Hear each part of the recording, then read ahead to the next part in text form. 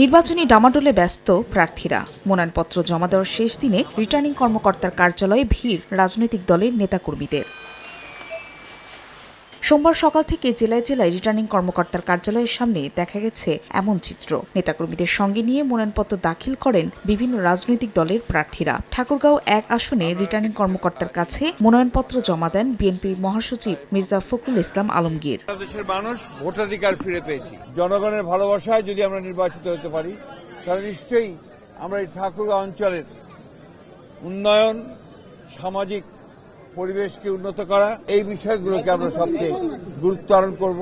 এদিকে বগুড়া ৭, দিনাজপুর ৩ ও ফেনী ১ আসনে বিকল্প প্রার্থী রেখে বিএনপির চেয়ারপারসন খালেদা জিয়ার পক্ষে মনোনয়নপত্র জমা দেন নেতাকর্মীরা। চট্টগ্রাম ১১ আসনে মনোনয়নপত্র জমা দেন হেভিওয়েট প্রার্থী আমির খসরু মাহমুদ চৌধুরী। কোন পৃষ্ঠপোষকতার রাজনীতি আমরা করতে চাই না। আমরা প্রত্যেকটি নাগরিকের পৃষ্ঠপোষকতা করতে চাই। খুলে বলো ফ্যান্টাস্টিক নিমো হালাল বিস্কুট খায় সানিও স্ট্যাটাস দিছে ফ্যান্টাস্টিক। অন্যদিকে খুলনা ৫ আসনে ভোট করতে মনোনয়নপত্র জমা দেন জামাতে ইসলামীর সেক্রেটারি জেনারেল মিয়া গোলাম পরোয়ার। কথা বলেন জোট নিয়ে, জানান নির্বাচনে আইন শৃঙ্খলা পরিস্থিতি নিয়ে শঙ্কার কথাও।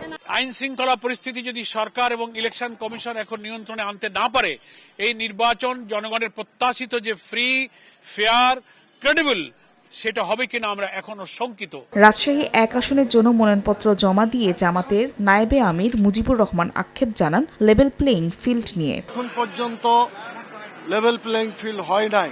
আমরা এটা আশা করব প্রধান উপদেষ্টা এখনো সময় আছে লেভেল প্লেইং ফিল্ড তৈরি করার জন্য। এছাড়া নোয়াখালী ১ আসনে বিএনপি মনোনীত প্রার্থী ব্যারিস্টার মাহবুব উদ্দিন খোকন, নোয়াখালী ৪ আসনে মোহাম্মদ শাহজাহান, চট্টগ্রাম ১০ ও চট্টগ্রাম ৬ হেভিওয়েট প্রার্থী সাইদ আল নোমান ও গোলাম আকবর খন্দকার সহ মনোনয়নপত্র জমা দেন আরও ৮ প্রার্থী। ফাহরিয়া ফারজানা, সময় সংবাদ।